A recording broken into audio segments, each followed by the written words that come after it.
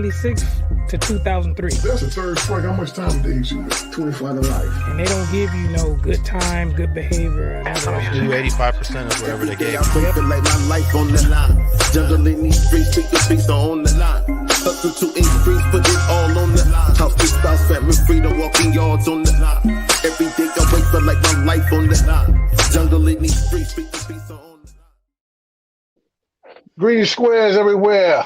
I'm JJ Fomby from On the Line with JJ Fomby and Junior. What's poppin'? What's good, man? What's happening? I don't know, man. We gotta lace these squares up, man. Oh yeah. We back at it, y'all. You know, coming live to you. Thank you guys for tuning in. Whoever's there or listening, watching us, you know, thank you for tuning in with us. We back at it again on the Line podcast. We are brought to you by Roku, YouTube, Facebook, Apple TV, iHeart, Amazon. We on all those streaming sites, and if we're not there, let us know. We'll get there. And Spotify as well. So yeah. Yes, Spotify as well. Stitcher, all that good stuff. Yeah, we accessible because this podcast for all you viewers and listeners. We just want to let y'all know where you can find us at in the podcast world for the audio, and we in SoundCloud just to make sure y'all know that.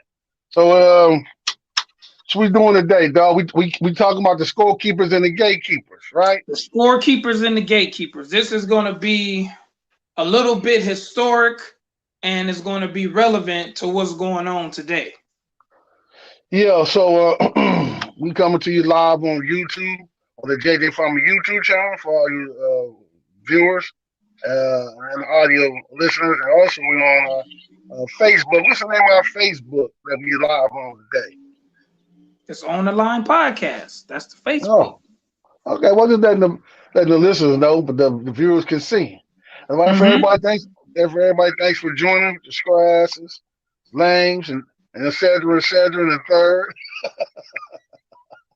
But anyway, let's get down to it, man. Straight go for the neck.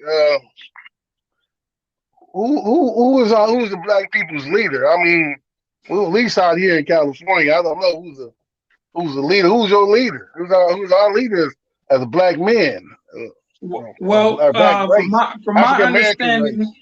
From my understanding and growing up, you know, we never appointed nobody a leader. We never voted in like to say you are the Afro-American or you are the black leader. We never done that.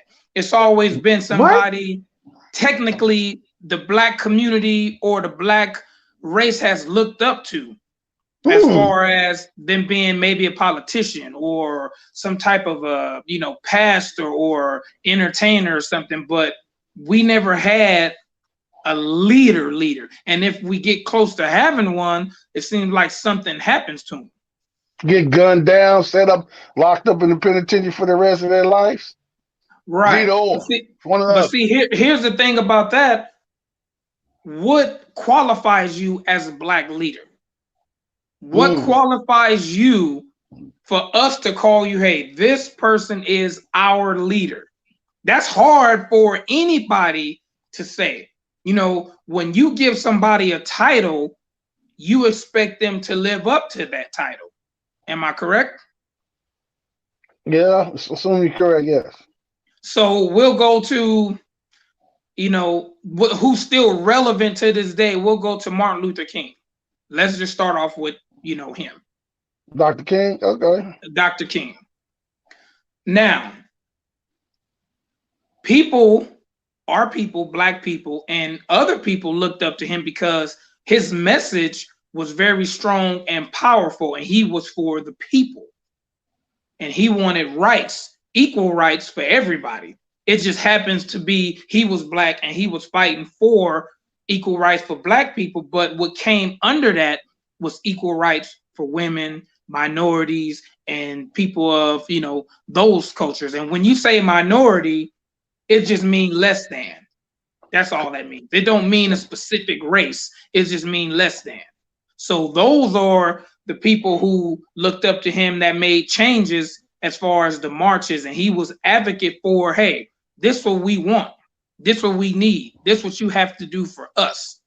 So that's why we, as a people, looked up to him as, you know, a leader. What qualified him as a leader?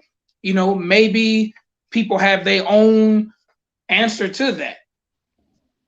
Okay, you know, of course, we weren't alive. Our parents was, and Correct. aunties, Yep. uncles was alive. But who elected him for that position that when he's self-appointed? I don't know that part of the history. It's a lot of stuff that behind the scenes we know nothing about because some of that stuff ain't came out or will come out. Yeah, you know, a lot of people, you know, some of our people say this and some of our people say that. I'm not going to discredit his position. I'm just questioning how they did it back then and how they doing it today. You know what I mean? It's a big difference of then and right. now. But now, so was the other people qualified for that position? Because there's a story that I heard in two different forms about how he got it. You know what I mean? But today I'm not going to go into it. But you know, people can do their own research, or somebody can come on the show explain the back part behind the curtain, behind the door stuff. But then again, some stuff don't need to be spoke out in public. But you know, it was a selection process, right?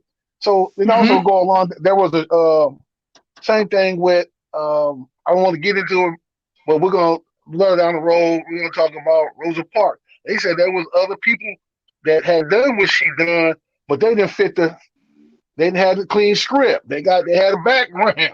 You know what I'm saying? And then I think it was good to put out for the public. So we picking and choosing who we putting up on the table. You know what I mean? Who we sacrificing, we putting on the table. Well, I think it goes by your voice, how loud your voice is. You know, if you have that character, hey, the voice, the voice, like King, he had the voice, as we call it today, the gift of gab. You know, the spittables, the vernacular to talk to people. You know, he had that voice to talk to people about people for the people. That's why he may have been appointed, you know, as our black leader. Now, with that being said, behind the scenes, as he could have had a ghostwriter, he could have had somebody telling him what to say. We don't know. Oh yeah, but it was his voice. Okay, I got it. There we go. There, I got it. Because everybody can't, you know, not a good speaker. I'm using myself. I'm not a good speaker. Right. You know what I'm saying? I'm always been, you know, behind the curtain, behind the scenes. I've never been on playing sports, but that's something different another time. But you know, I got it because everybody ain't cut out for that. You know, understand where I come from? They got different positions they can play and do an effective job in different positions. So I'm clear with that and understood that. I'm just for those lames or squares that don't know the game about how things is ran. You know, steps and procedure, policies and practice of policies and procedures. Also, pecking order. You understand where I'm coming from? So some of these people don't know that they think they lay stuff like God, and they ain't. So, and I'm talking about the viewers and the listeners who think they educated enough on how things ran, because you get a lot of these square people with these square questions, and people think they hip squares and they're not, or are just straight squares, not hip at all. Got where I'm coming from? Or the ones who think they gangsters or they this and they that, and they really don't know how. They ain't got a playbook. They ain't got no script. They don't know how things is ran. They just arbitrarily just run their mouth about certain stuff. They don't have no clue why this is this. I want to, you know, use this person. Why this person in here? You don't know what's going on, man. You ain't got the script. You don't know what you're talking about. You got to do your research. You got to do your research. Exactly.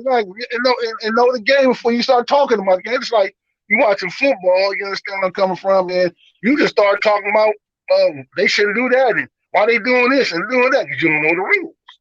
You're just a spectator. You know how to I think too. I think your situation that you may be in or have been in plays a big part of how you going to dictate what you want and how you want it. And going back to King and the black community and the civil rights and fighting for rights, for women rights, minorities rights, or, you know, that stuff like that. They were in a position to where it was like, hold on, wait a minute. This is not right.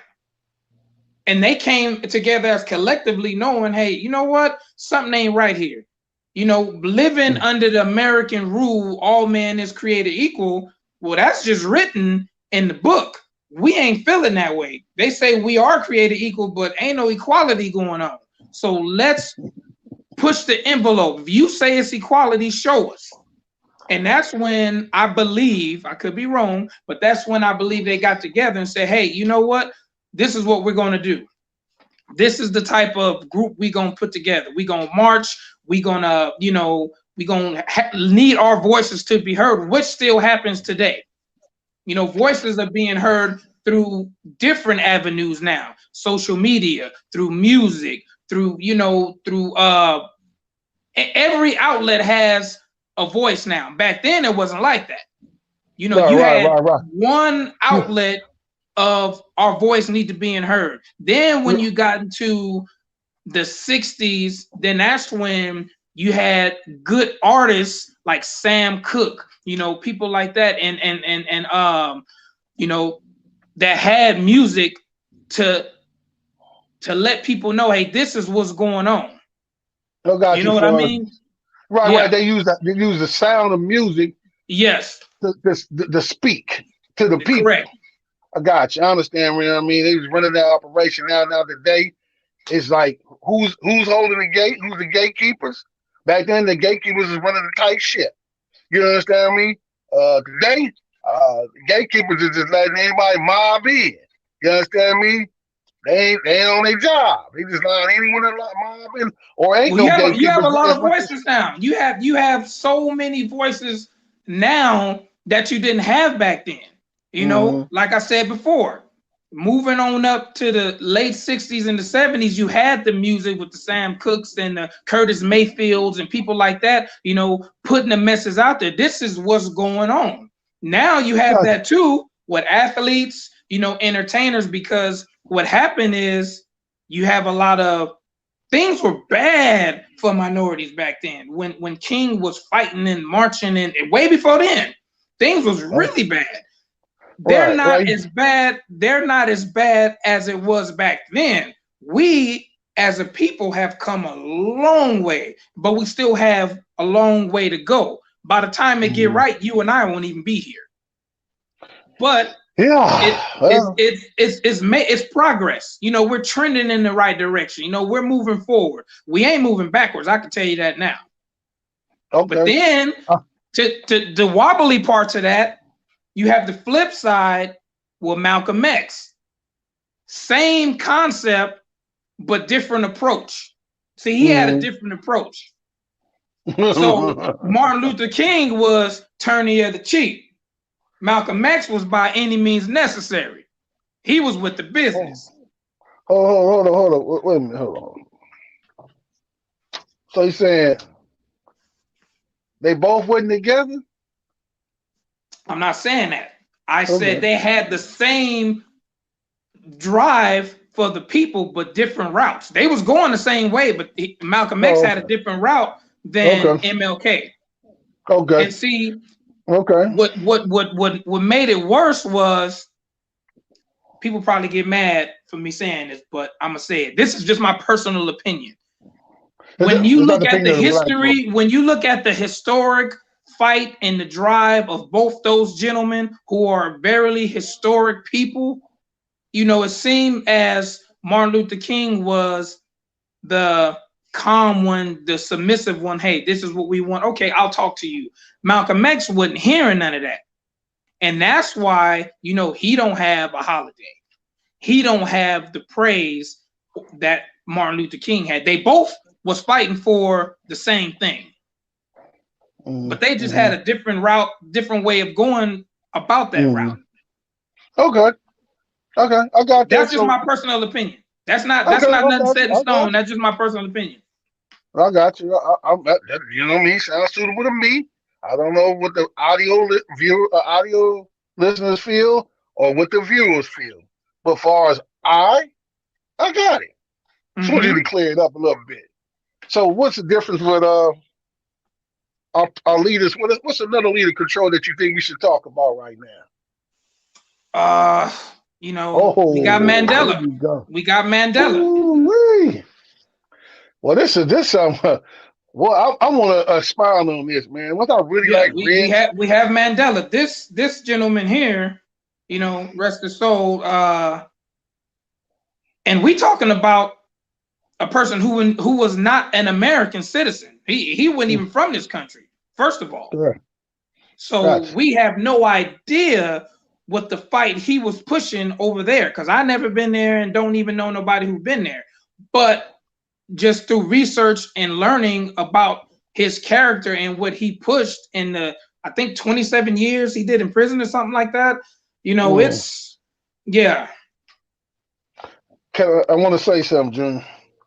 I did a little in my time. I read a few books. And this, this is why this not nothing recent as far as dealing with this. I read some material when I was on the line, right?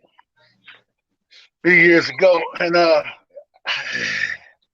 boy, it was kind of shocking to what I read, but my development, my what I think is a little bit different than I thought those years ago. Just cut to the chase of this. Really did research about this. Yeah, he was a political soldier. I mean, a political prisoner. Hands down, got that. Yes. But his backbone, man, was Winnie Mandela. Man, she was a gangster, dog. She, I don't want to, I don't want to smear nothing, but she let him know, man. She had to check him, if that's any validity to that. I went there, but it's saying she had to let him know, man. You didn't got weak. I'm finna run with this operation. You know what I'm saying? I was like, wow, that was crazy. Winnie Mandela, but we know a lot of the black women are our cornerstone, like our mothers or our sisters, our aunties, etc. Grandmothers, except Grandmothers, grandmothers. right. Yeah. And I was just like, a brother got to have that backbone, you know what I mean? And when he was a backbone, she ran for him for many years, you know what I mean? So that was a cold partnership right there, He didn't get there by himself, and none of these individuals got there by themselves. No, of course not. I always believe they had a strong female presence, by side, behind them. Well, to all the females that's listening, no matter what nationality you are, I'm not going to put you, say, behind the man. We're going to put you right beside, because you women play a very big part in all the men that, people look up to, whether if it's politics, athletes, entertainers. I'm sure it's some female that's playing a big part in their, what I'm saying, situation and in their career. Exactly. Totally correct. Again, you have to have that support team. You ain't, no superhero individual. You don't need that support team. It's about your supporting cast. Yes. A lot of times, it's a woman involved that is part of your supporting cast. Well, it is what it is. I can tell you. No problem. It is what it is. But we can name somebody that's relevant and recent till today that had a very good supporting cast with his backbone, which is Obama. Obama had a great supporting cast with his Michelle Obama. I mean, those two were like, yeah. And what made their relationship so strong, she was with him from the dribble, from day one, college, from being a politician, everything he was doing back home in Chicago, she was right there. Yeah, she the one running the operation. Yes, she running the cast. But what I was also implying was, you have other people that at this time we not privy to know, that's behind the drape, just behind the door, that's making stuff happen as well. You understand where I'm coming from? The female is a very integral part in the operation. Yes, it's not running the operation. I don't people want to hear that, but it is what it is, how it is. But there's people in the behind it that we know nothing about right now. Maybe down the road they'll be spoken about. There's some people not going to be spoken about at all. Sometimes you don't know the stuff that we never know. Some stuff based on I read a book called The Unseen Hand. I'm gonna leave it right there. I don't want to get off into that, but sometimes you don't see the hands that's involved in stuff. Well, No, there's sometimes you don't see people it. who are always going to be in the front, and there's people who are always going to be in the back. You got to Gotcha. find out what your niche is. Some people ain't made to be in the front. Yeah, Some people ain't made to be in the back. Some people are more comfortable pulling the strings. Hold up. But they're Wait a just minute. as important as the people in the front. Okay. Can I say something? Go ahead. I know I shouldn't do this, man, but some people, it ain't for everybody being all the videos, all on stage. No, it's not. It ain't for everybody. That privilege ain't for everybody. That's all I got to say.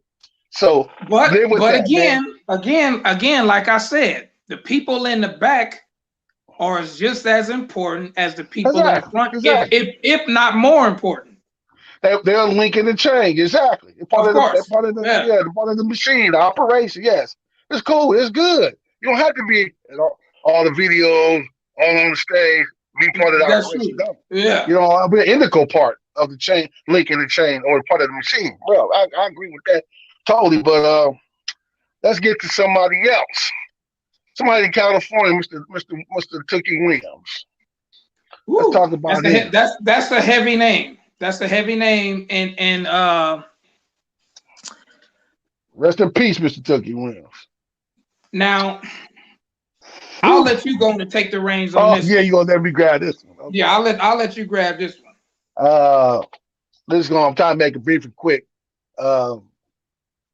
My parallel relationship to Mr. Tookie Williams was when I was on the line up in New Folks, now known as California State Sacramento Institution. I was on C Yard in the 2000s. I think like when the year he was put to rest by the state of California. They ended up locking down the whole state of California. On the pictures, I was on the yard many years ago on the line. They locked down all the blacks that was affiliated with Crip, and if you was in sales with Crip, they locked the whole state of California. We're talking about like 40 or 30 some prisons and camps. That's a lot of people. That's a lot of blacks. That is a lot of people. Locked in. They locked us down. Other races and other affiliations were moving around. And if you were affiliated with the Crips, or you was in sale with a Crip, or you was a Crip, they wouldn't let you out because of the execution of Mr. Tookie Williams. They were in fear.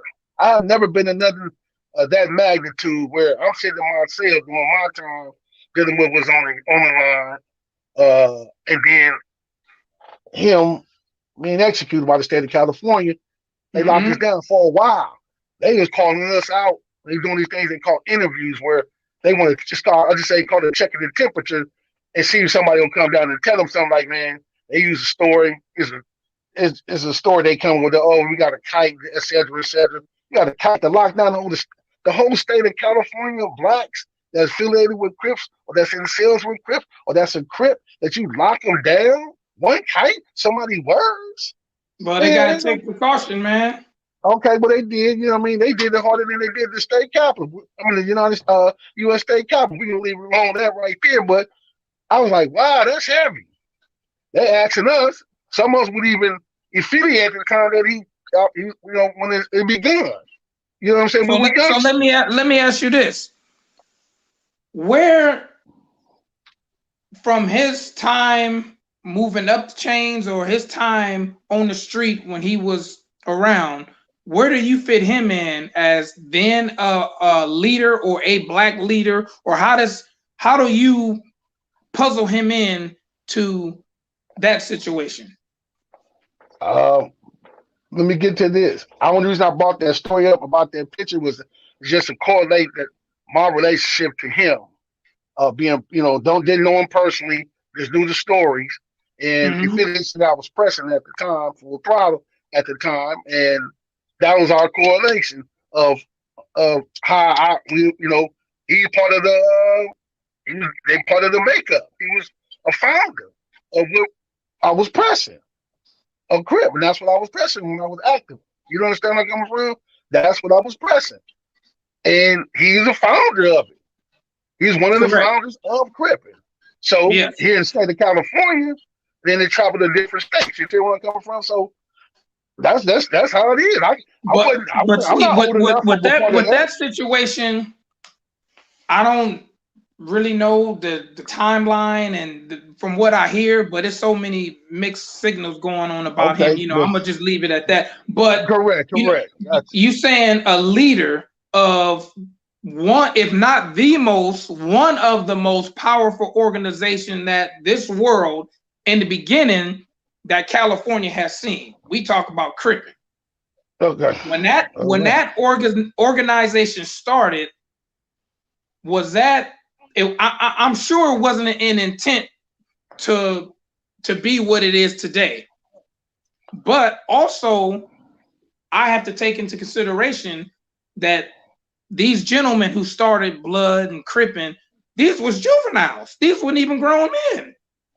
Oh, well, you know, some of them probably was not 18 yet. Some of them was a couple years over 18. So yeah, it was young brothers. Right. Yeah. So you know, and their mentality, you know, when I'm going to start this, what was the purpose of it? You know, being in the Black community, was it to make sure to protect us from something else or protect your own community? This is what we mean by Black leaders or a leader. What are you leading us to? Because now you can't tell me nothing about being my leader. First of all, I don't want to be led. Second of all, where are you leading me to? That's the main question.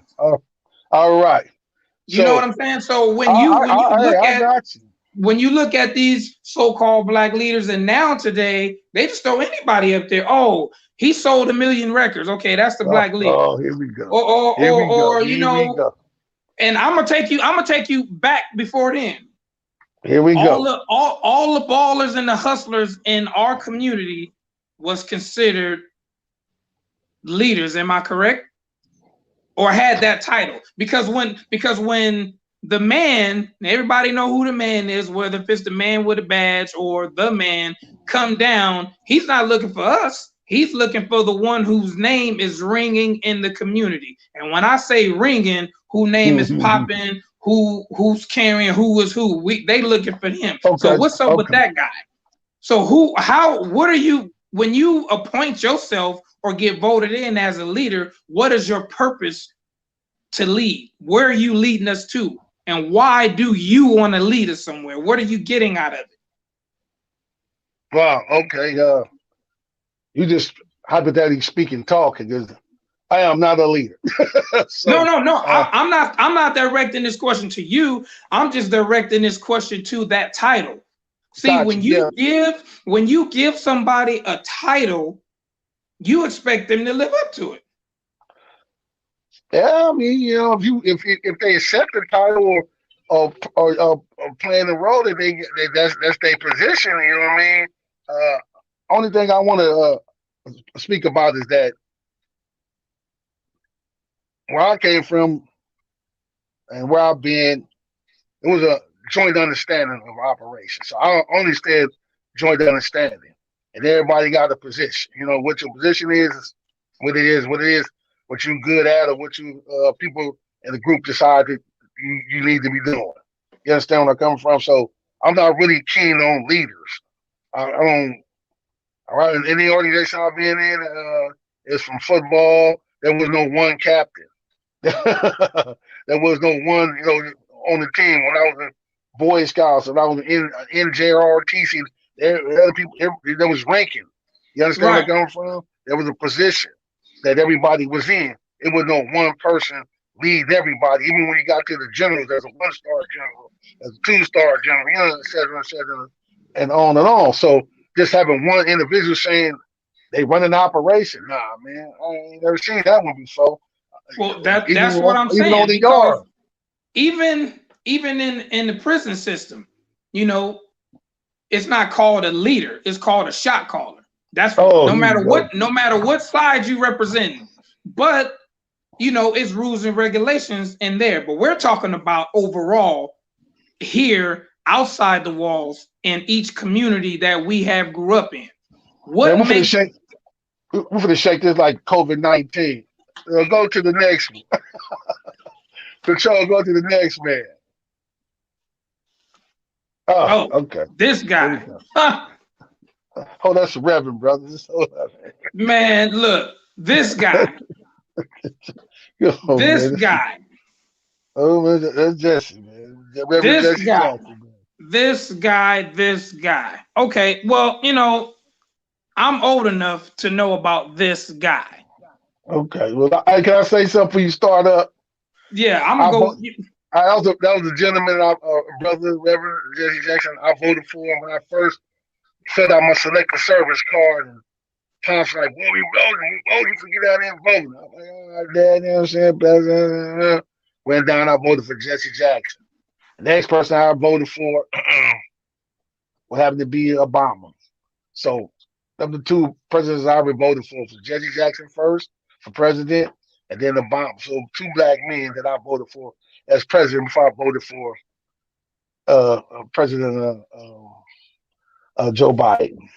So, Okay, your personal preference of who you're gonna vote for, that's you.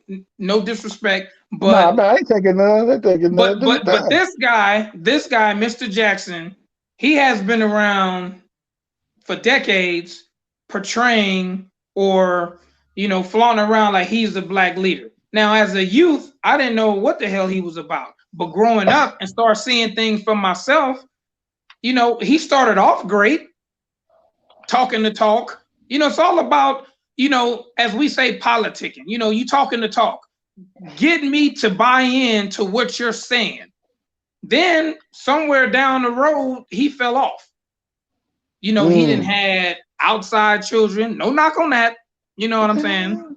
But hold on, time out. Hey, look, no. Look, this guy, and then what make that even more messed up when Mr. Obama won the election, as everybody know, this is public information. I'm not making this up. This is public information. He was hating on the brother. Am I right or am I wrong? Okay, there's some audio that came out. I got that part, but man, look, okay, you can't do that. See, that's the problem there. That's the problem within itself. How are you gonna get mad and hate on this guy because he's becoming what you couldn't? That's a red flag right there. You can't do that. Okay. And in the young world, we call that player hating. Okay. All right. Let me know when I can talk. Go ahead. Here we go. I appreciate that, June. So, there's a lot of ugliness that goes on behind in the locker room. Everything ain't sweet dancing back there. Just happen to be mic'd up or however they caught the footage. And you talking, we as men, we talk. Say stuff, blah, blah, blah. People say stuff. It just had to get caught on audio and you heard what he said. You know what I mean? So that's what he said. That's what he said. So yeah, it don't look good, but man, I don't know what their relationship is. They ever talked, they ever met, and one promised one the other, and it happened, and so on and so on. I don't know what went on with caused him just to come up and say that. But it appears to me they might have some kind of relationship at one point in time, or met and talked and promises were made and so on. I don't know. I'm just throwing that in the equation because I don't know what really happened. I can't just speculate that, he just ain't good. They probably know each other. Maybe so, maybe not. Me personally, each man is different than another.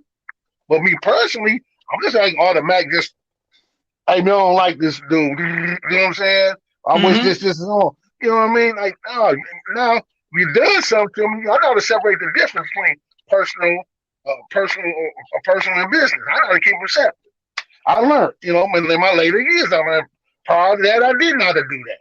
Now today, I do. So, like I said, I'm going to be thinking, and even though because I'm thinking this don't really happen like this. This guy, you saying we don't know what happened, ugliness. Just say, for instance, that tape never came out. He still felt that way. He still felt that he had malice in his heart towards that man for whatever reason. Okay. He felt that way. Okay. We don't want you to get too much emotional about the situation. So let's bounce on to the next man. Control. Give us somebody else to chit chat about. This guy.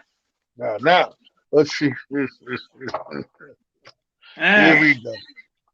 Yeah, these are people we ain't never met before, but they've been designated through media as our leader.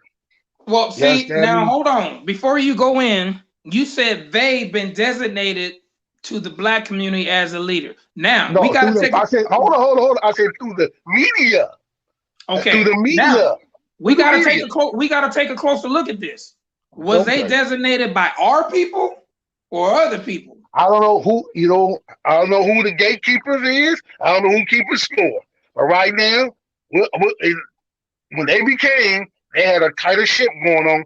So it was somebody at that gate that allowed them to come in and get on the media platform. Now, who it was they designated for the African American community, or the black community, or the American community? I don't know. A little bit before my time. You got one coming from? What kind of plan or script they was running in?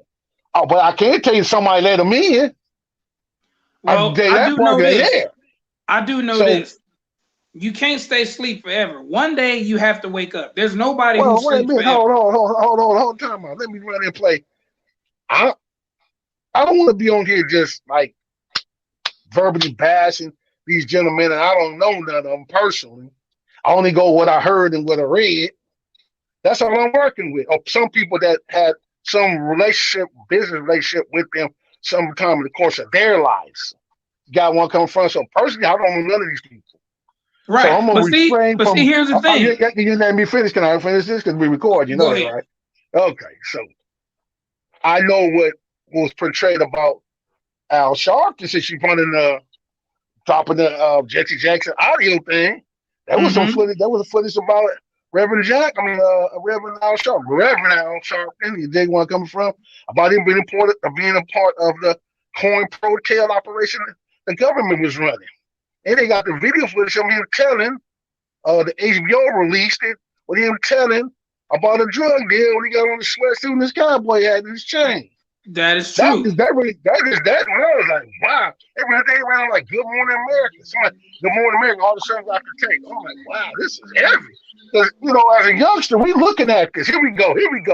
School is in session, ladies and gentlemen. Squares beware. Yes. Here it goes. That's what I'm saying. It's not about knowing nobody personally. It's about seeing them and hearing what they're saying to manipulate us to believe they're the one for us to make decisions for us. That's what it's about. Okay, so I agree with you. Like I said, I hit a key point. That's why I said squares beware.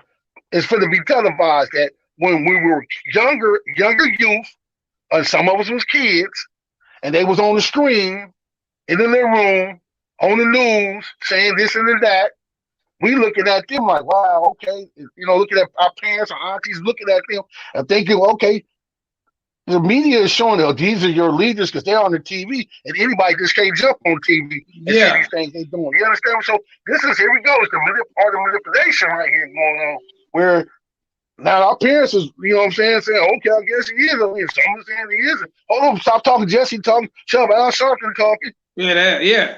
You can't say nothing because your parents out. That is true. So then I got, you conditioned to believe these are our leaders. As we got older and found out a lot of little stuff that we didn't have previously to know, you're like, man, hold up, dog. It's like same thing that can correlate in each individual neighborhood across the United States, in each ghetto or non-ghetto, you find out a lot of things as you get older that you was too young to know or had part of. And as you got older, if you keep living, you found out some things. You got somebody want to say something to us. Oh, it says our black leaders' words and actions need to match more than it's. Yes. Okay. That is true. But that's 1,000-pound wild right there. This is something I'm a firm believer in, as I've been a grown man and getting growner by the day. The years. Yeah. No matter what community you got, the Mexican community, the black community, or whatever.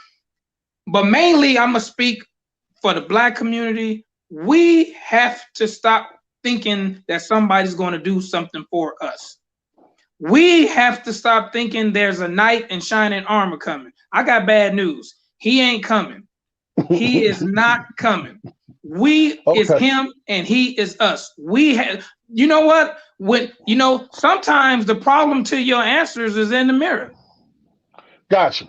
Yeah. And if you're going to be a leader, if you're going to be a leader and you want to be a leader, start with leading your family. That's more important. Start with leading your family. That's what it's about. Don't try to get a group of people and say, hey, I'm going to take us here and there.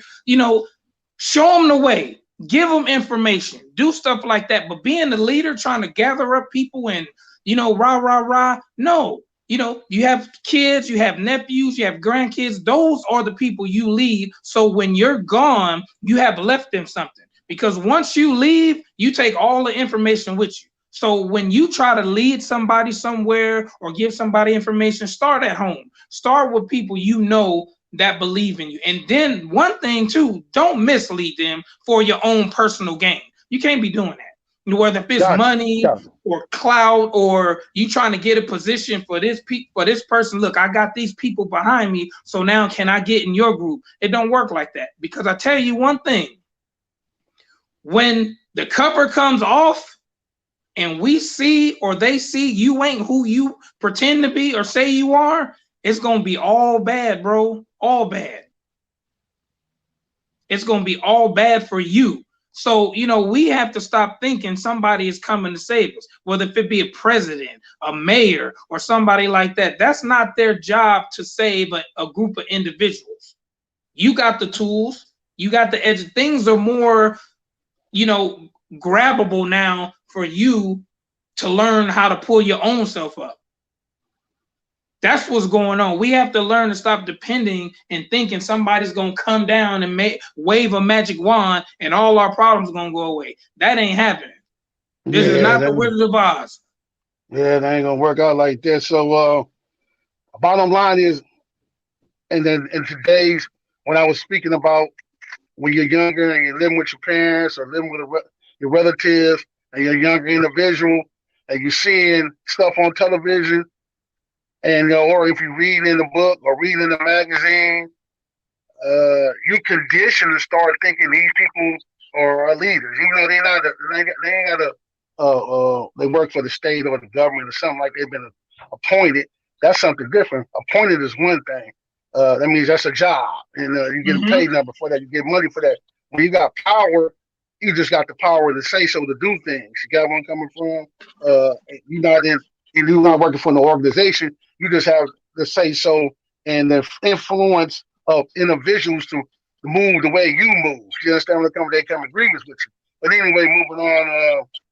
You got to watch out this with this media, and this media is dictating people's thought processes, how they think. Because some don't read, some don't not that much educated. Some don't, especially with social media. Instead of picking up the book or doing research on their own, like you got encyclopedias, etc.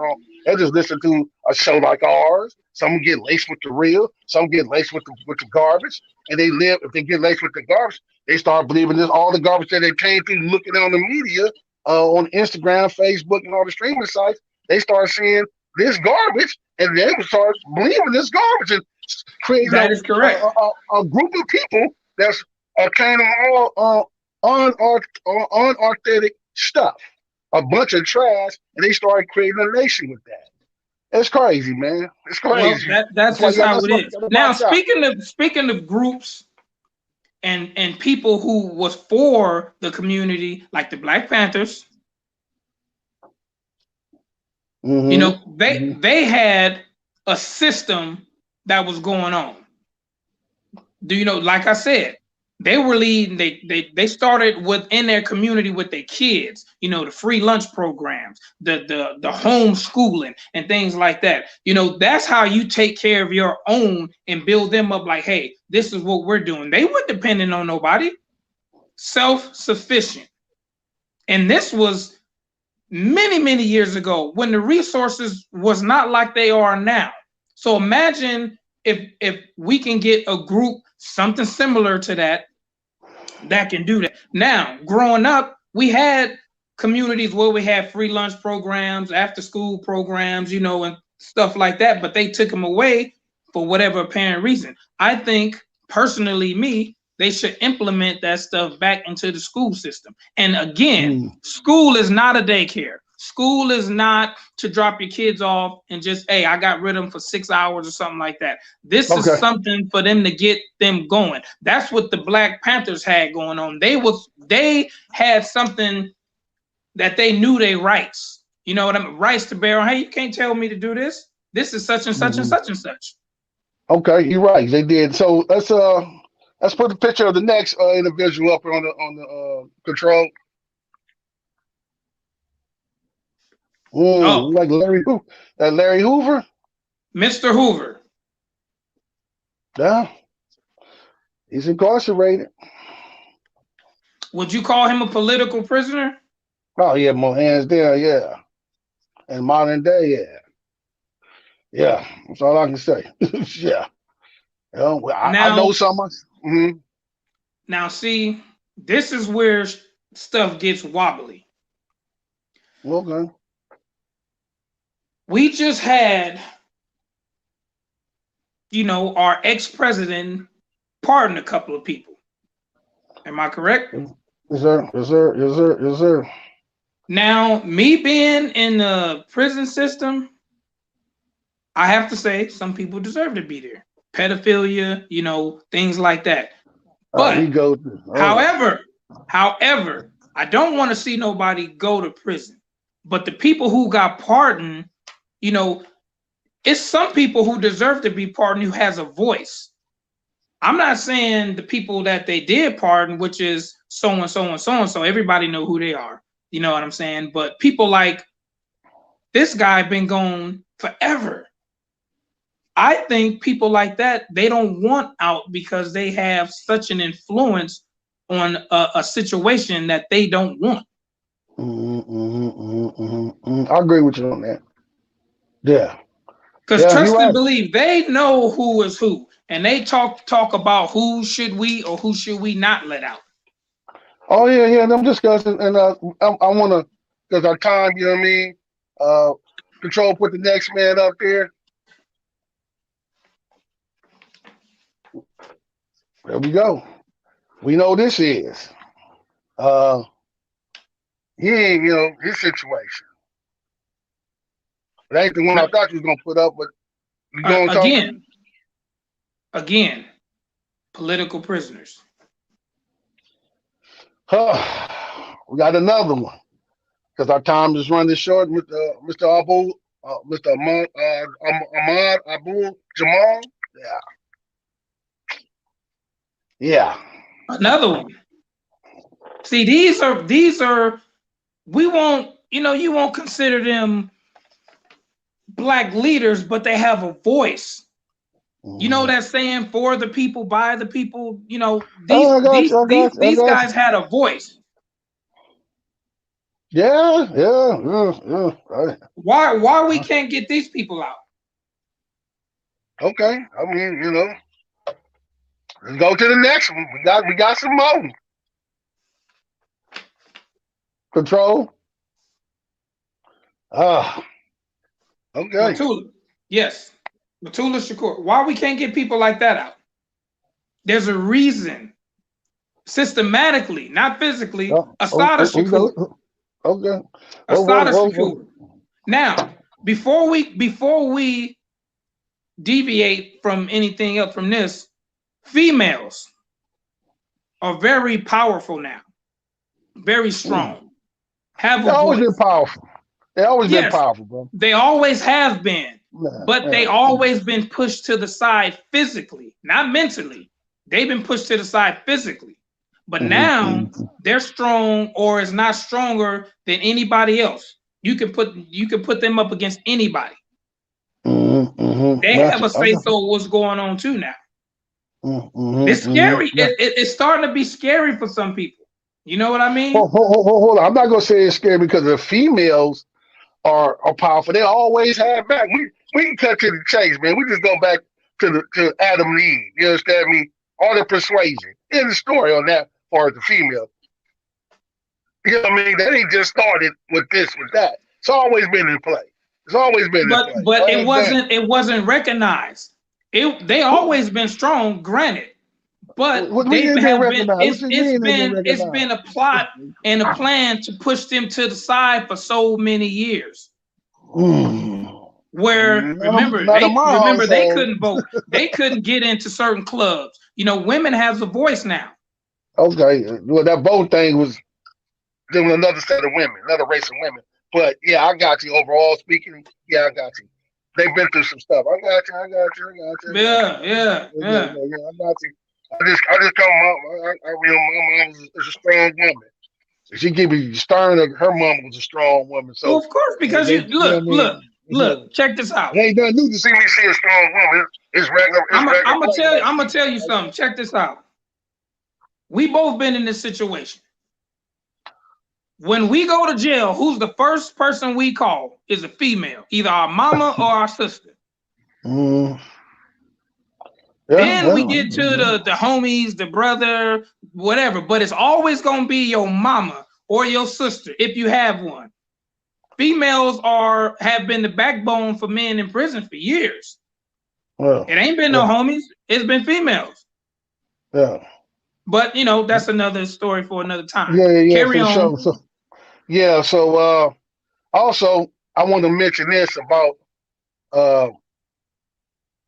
a group of people here in California and some of them are our brothers that we know from the neighborhood, and so on and so on. A lot of non-violent three strikers in California state prison system. That's my homeboy, Big Rock Dog, Mr. Fitzgerald. You understand where I'm coming from? He been in 24 years for a non-violent crime doing a life sentence. And there's James Benson in San Quentin doing a life sentence been there for 24 years for a non-violent offense. And they ain't releasing these guys. There's other guys from different neighborhoods in the state of California, out in LA County, that's in there doing license for non-violent crimes. They still haven't let them out. And they dealing with that situation with the courts and the CDCR and COVID-19. So I just want to make sure that that was acknowledged that there's many people should have been let out of prisons through pardon, communion, or restructuring of the law, justice reform. We need to really get a hand on that and get some of our brothers back out here in society where they can be productive in the kind of local community and help build up the community that some of them destroyed. And I was part of that too, as well as Junior and other individuals. Hold on,